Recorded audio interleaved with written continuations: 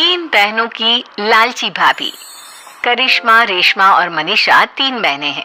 उनका एक भाई भी है, मयंक। मयंक अपनी बहनों को बहुत प्यार करता है, लेकिन मयंक की पत्नी सविता इस मामले में मयंक से बिल्कुल ही अलग है। वो अपनी ननदों का जितना बुरा कर सकती है उतना बुरा करती ही रहती है और अपनी ननदों पर हुक्म भी चलाती है। करिश्मा, करिश्मा, तुमने अभी तक नाश्ता नहीं बनाया?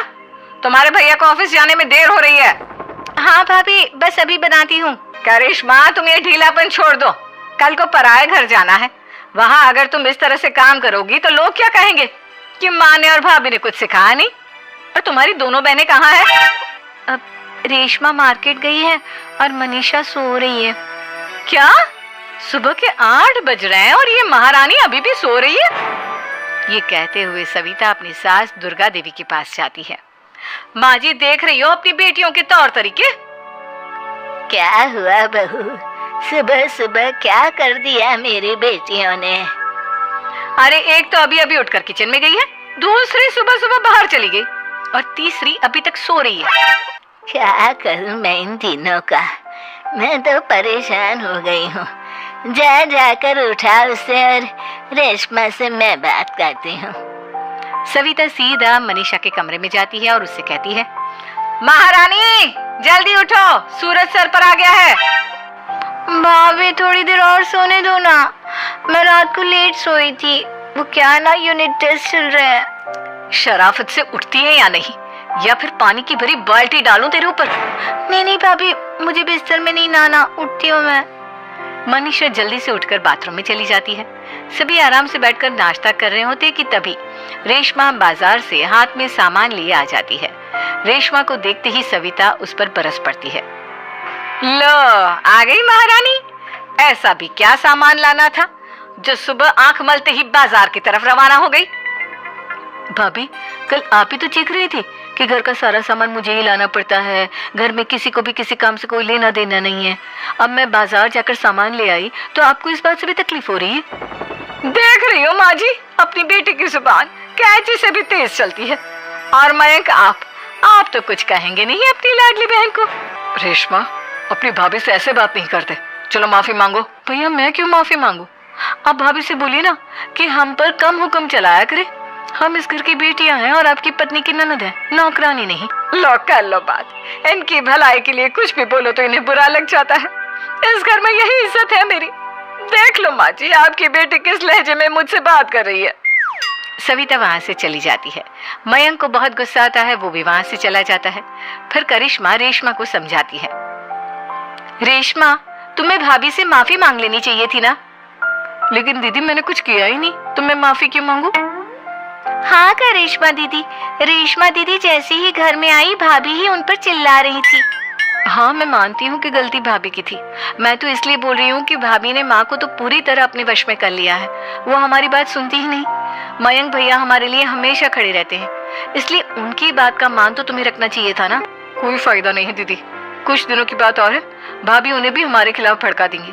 फिर वो भी माँ की तरह हमारी किसी बात का विश्वास नहीं करेंगे। इसी तरह सविता अपनी तीनों ननदों को किसी न किसी बात पर परेशान करती रहती थी। एक दिन मयंक अपनी तीनों बहनों के लिए गिफ्ट लाया। क्या रेशमा, ये तुम्हारे लिए हार का सेट। रेशमा, तुम्हारे लिए सुंदर सी ड्रेस।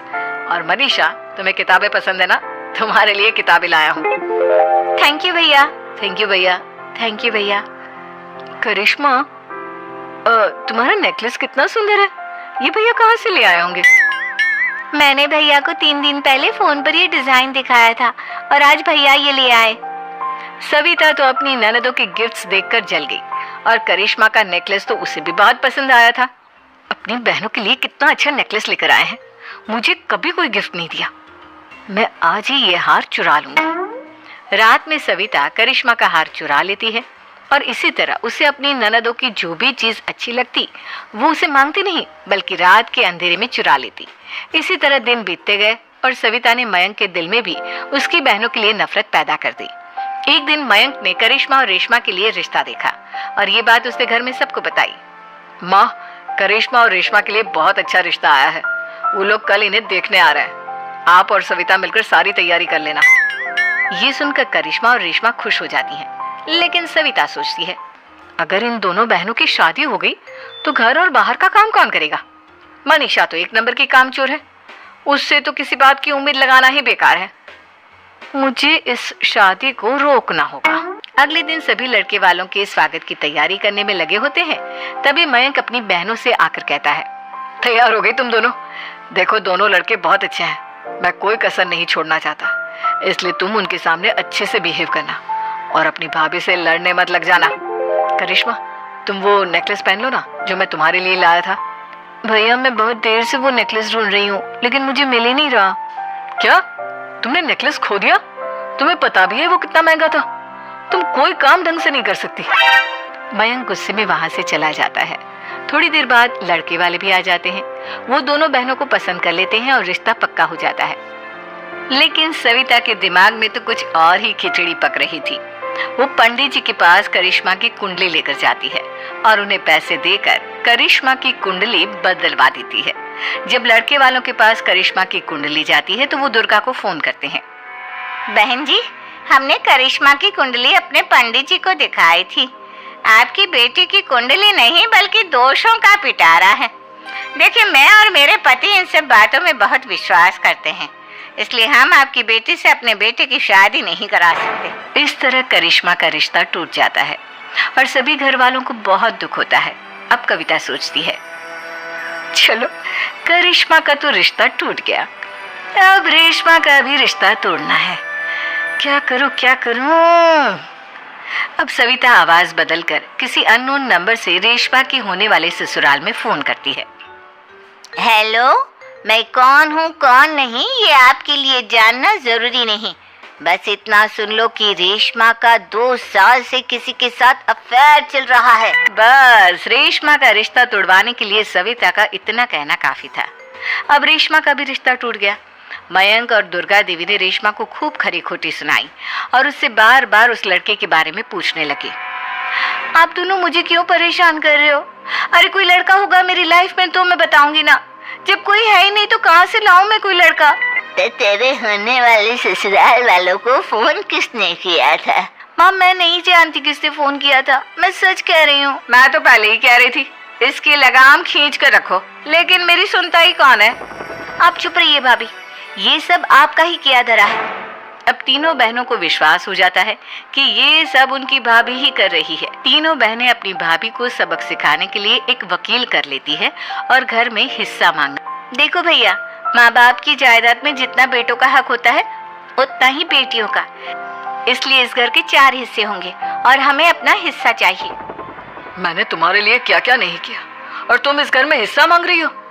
भैया, आप और माँ हम बहनों की कोई बात नहीं सुनते हो और भाभी हमारी शादी नहीं होने देगी क्योंकि उन्हें लगता है कि आप हमारी शादी में ज्यादा पैसा लगाओगे और उन्हें हम जैसी फ्री की नौकरानी कहाँ मिलेगी। तो हम भाभी के साथ तो रह नहीं सकते, हम बहनों को अपना हिस्सा चाहिए। अरे तुम्हें शर्म आनी चाहिए अपनी भाभी पर ऐसा इल्जाम लगाते हुए। वो तुम्हारे बारे में कितना सोचती है। हाँ माँ, भाभी हमारे बारे में बहुत सोचती है। दिन रात बस यही सोचती रहती है कि किस तरह से अपनी तीनों ननदों को परेशान करूं और कभी मुझे पढ़ने भी नहीं देती। दोनों बहनों का रिश्ता भी तो इन्होंने ही तोड़वाया है और रात में हमारे कमरे में आकर हमारी चीजें भी चुराती हैं। इसी तरह सविता की तीनों ननदें अपनी बात पर अड़ी रही। अब कोर्ट में तारीख भी शुरू हो गई। जब सविता को लगा कि उसकी तीनों ननद इतनी आसानी से नहीं मानने वाली, तो उसने अपने पति और सास को सारी सच्चाई बता दी और अपनी तीनों ननद से माफी मांगी। मयंक और दुर्गा को भी अपनी गलती का एहसास हो गया। अब सविता खुद करिश्मा और रेशमा के लिए अच्छा रिश्ता ढूंढती है और उनकी शादी करवाती है।